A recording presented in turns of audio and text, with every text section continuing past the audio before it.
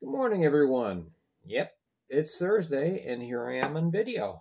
That's what happens when you get an unexpected day off. Anyway, we are here for previews and predictions. I thought, got the day off, I might as well do this on video rather than on audio. And all right, so starting off tonight, we have the Mississippi Sea Wolves taking on the Baton Rouge Zydeco.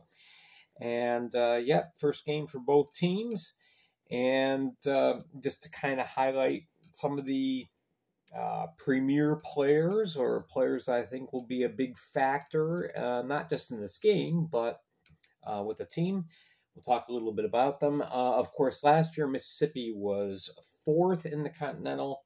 Baton Rouge was 5th. This game is at 8:05 Eastern, 7:05 Central. Okay, so Greg Hussey, he apparently is number 1 in Mississippi. He's got a career record of 29, 28, and 5, 382 goals against. Let's see, Matt Stoya. He's going to be a big contributor from the blue line once again. Obviously, we know from the past that he moves the puck, jumps into the offense a lot, but is also a very good defenseman. 64 points in 76 games. And then, of course, we have Philip Wong on the front. He's one of the leaders for the team. 85 points in 94 games. For the Baton Rouge Zydeco, Brennan Colgan, yep, he's shoring down the nets, but based on what we're going to talk about in just a minute, I think he's going to be facing a lot of shots. 59, 14, and 4 is his career record. 9 shutouts in those 59 games. That's quite a percentage. 249 goals against. Now, the most experienced defenseman for the Baton Rouge Zydeco is Nick Catola. He had 12 points last year in 22 games. There are only 2 players on this defensive group that have any Fed experience. That's Nick Catola and Brody Thornton. So that's going to be a big question mark this year. Now, the offense, that was the big struggle last year for the Zydeco. That is greatly improved. Dmitry Kuznetsov is a part of that. 169 Fed games, 143 points, 63 goals. So, Baton Rouge should score more often, but the question is, can they keep the puck out of their own net? For tonight, I don't think so. I'm going to give Mississippi the edge in a close game. All right, so, that inexperience worries me. All right, we have Binghamton Black Bears taking on the Hudson Valley Venom for the first game on Friday, and that will be the first game at the Ice Time Arena in Newburgh, New York. They did expand the seating, so you can get about 1,000 people in there. All right, last year Binghamton was first in the Empire. Hudson Valley, as the Elmira River Sharks, they finished 5th in the Empire last year. A lot of carryovers from the Elmira team, but there's also a lot of new faces. All right, we haven't talked about Nolan Egbert yet. He was one of the 2 goalies that was with the Black Bears from beginning to end of the season. Went 12-5-2 with a 3.22 goals against. Hudson Valley in goal. They are very big on John Moriarty, who played last year with Baton Rouge towards the end of the year. Went 1-4, 533 goals against. Again, that was on a pretty rough Baton Rouge team. For Binghamton, big contributor up front, Kyle Stefan. He's played 19 games altogether, but he's got 16 points, and he just does a little bit of everything. Dustin Giseau. We all know Justin Giseau, one of the most talented players in the league. 143 games played and 187 points, 95 goals. So Giseau can definitely light the lamp. On the back end, Jesse Anderson for the Black Bears. He was a forward, but he's moved to the defensive core full time now. He's a very steady presence there. And Austin Pickford, he's somebody to really watch for this year. Pickford didn't get a chance to play a full year last year due to injuries and whatnot. But 31 games played, 23 points, 22 assists. So he does a very good job at spotting the openings on the ice and feeding goal scorers. I think it's going to take a little while for this Hudson Valley team to kind of find themselves. As such, I'm going to give the edge to the Black Bears for this game. Looking at Friday at 7:05, we got the Carolina Thunderbirds and the Port Huron Prowlers. These two teams met up in the playoffs last year, and it was a very hard-fought series that Carolina won in overtime. You've got 14 returnees on Carolina. Boris Babic, he's back after a year off. Well, he not off. He was playing in Ukraine. But 2 years ago went 17-6-5 with a 3.18 for the Thunderbirds. Lane King, a new addition on the blue line. Of course, he can move the puck really well. He has more assists than games played. 174 games, 179 assists.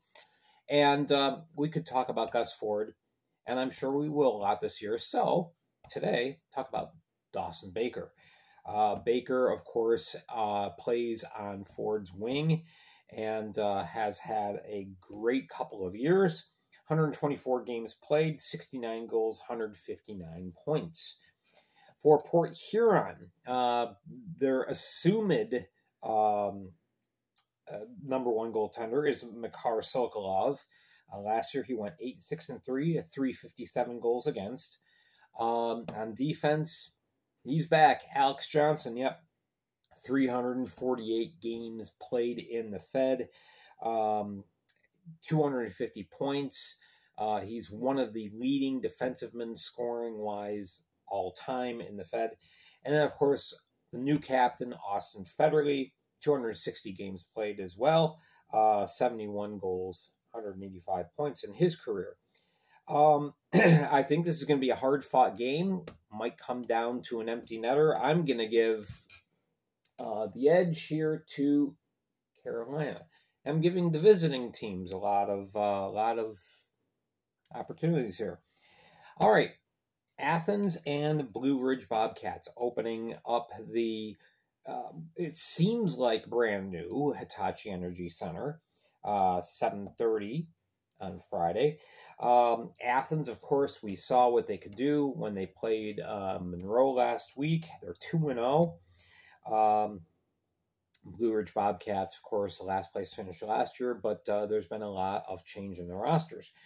Okay, Athens, I see Josh Rosenzweig finally got credit for his 2 wins. I was glad to see that. A 2.0 goals against. The first game stats were a wash. They listed him as save percentage 826. That was only based on the second game. But Rosenzweig holding down the net in Athens. Case and Gallant.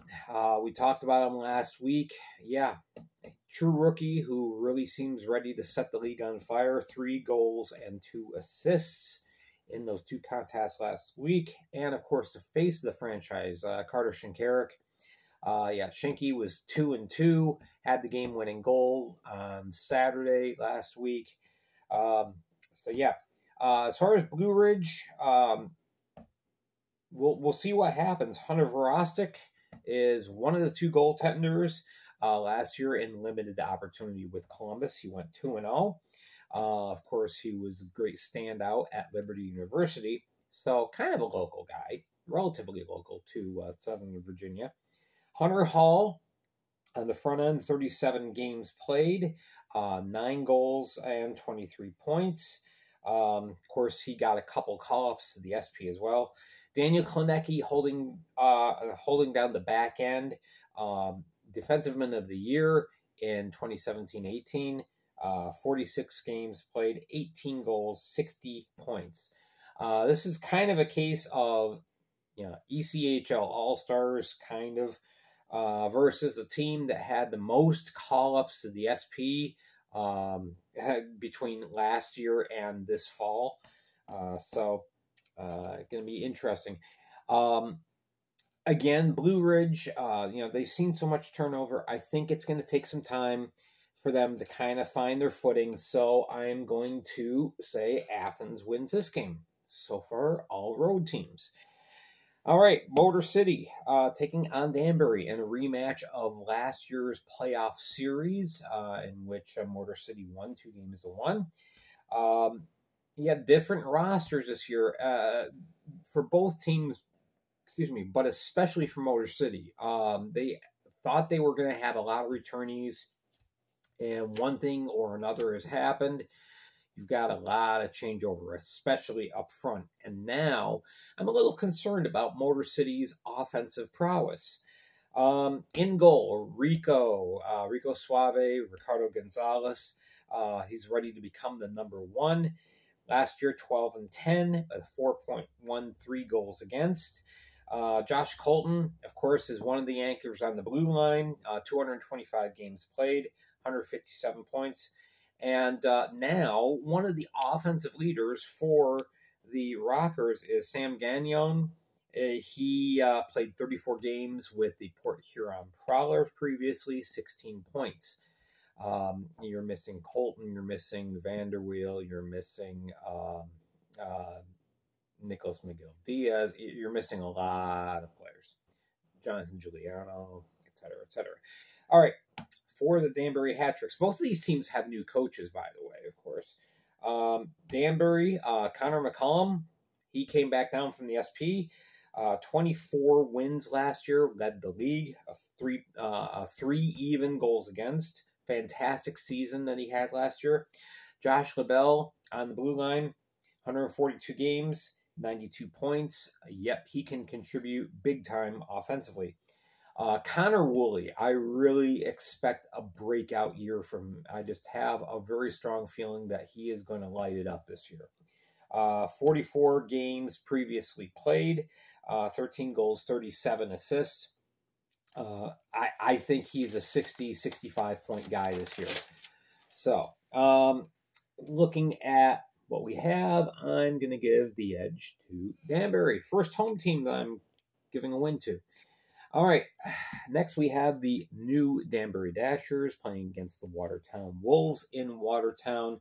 Watertown went 1-1 with the Binghamton Black Bears last week. Danbury, of course, are just getting Danville. The Dashers are getting their roster together. One of their goaltenders, I guess their starting goaltender, just signed, Oscar Walgren. He played a couple games with Port Huron last year and played pretty decent. On defense, you've got Quentin Roseboom, one of the players that has previous Fed experience, 7 assists in 30 games played. Again, another team with a very young defense. Justin Browson, of course, he's the face of the franchise. He was there for many years in Danville before.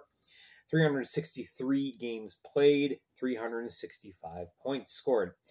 For Watertown, they had a fantastic performance last week from Anton Borodkin. 3.01 goals against, saved 41 of 44 shots, and looked very calm, cool, and collected doing it. On defense, we have a returnee from days of yore, Harris Ludlow Jr., 105 games played in the Fed, and he has 101 points. He's a point-per-game guy on the blue line. And newly back from Roanoke, Trevor Lord, one of the leading scorers last year. In 112 games in the Fed, he has 105 points, 40 goals, and I'm sure he's going to lead the offensive charge this upcoming weekend. Plus, you've got Tate Leeson and Chewetton Blacksmith as well. This is a very, very, very young, inexperienced Dasher squad, and Watertown is a very physical team. When you bring in a bunch of young guys and you play against a physical team, the results are usually pretty strongly in that favor. All right, let's change boards. All right, last two picks for the weekend. On Friday, Columbus travels to Monroe to take on the Moccasins. Columbus, their goalie this year is Sammy Bernard. At least I'm assuming he's going to be the number one guy. 15, 17, and 2 with a 357 goals against in Elmira last year. Nolan Slaheta, he returns on defense, a very strong defensive group. Although Columbus is only playing 5 defensemen. So, you know, their thrust and their focus is offense, offense, offense. 110 games for Slaheta, 18 goals, 57 points. And last year's Rookie of the Year, Stephen Klink, he is now a member of the River Dragons, as if they didn't have enough offense already. 45 games played last year, 68 points, 31 goals for Stephen Klink, and he could definitely be one of the leading scorers in the league this year. For Monroe, Sean Kuhn, he had a pretty good performance last week in goal. 22 out of 25 saves, 3.00 goals against. Rex Moe, he only had 1 assist this last weekend, but I think he's going to be one of the offensive leaders on this team. Of course, Moe has played the last couple of years with the Knoxville Ice Bears in the SP. And then Frank Schumacher, he's really asserting himself as a defensive leader on the squad. And why not? He's pretty experienced, 138 games played, and 60 points, but he does it all, and he's not afraid to stand up for his teammates, obviously. So Shoemaker, a big part of that team. So you got an offensive powerhouse against a team that's kind of still gelling. There was definite progress between the Friday and the Saturday games with Monroe. I'm going to have to give the edge to Columbus, though. And then the final game, we're going to have 2 games that we're picking with Monroe involved. This is the Sunday game. Sunday afternoon at 3:05 Central, 4:05 Eastern. We've talked about these 2 teams. So you got to go, okay, so what happens here? I think Monroe gets the win in the Sunday night game. So there we go. We got my 8 picks for the weekend. Let me know what your picks are in the comments down below. We'll see how we do. All right. So that is previews and predictions. Tomorrow, we will be back on the Fed Audio Network, which, of course, is Spreaker, Spotify, iHeart, Amazon Music, and CastBox. We'll be reviewing the Mississippi Baton Rouge game from tonight, and also bringing you any other interesting news that comes down the pike. Keep in touch with Facebook. Keep following the Facebook page. We'll get caught up on all the transactions that haven't been listed yet, things that have happened but just haven't gotten listed yet. A lot of stuff to keep track of. All right, thank you so much for watching and joining me, and we will see you tomorrow, or we'll talk to you tomorrow on the Flash Audio Network. Have a great day, everyone.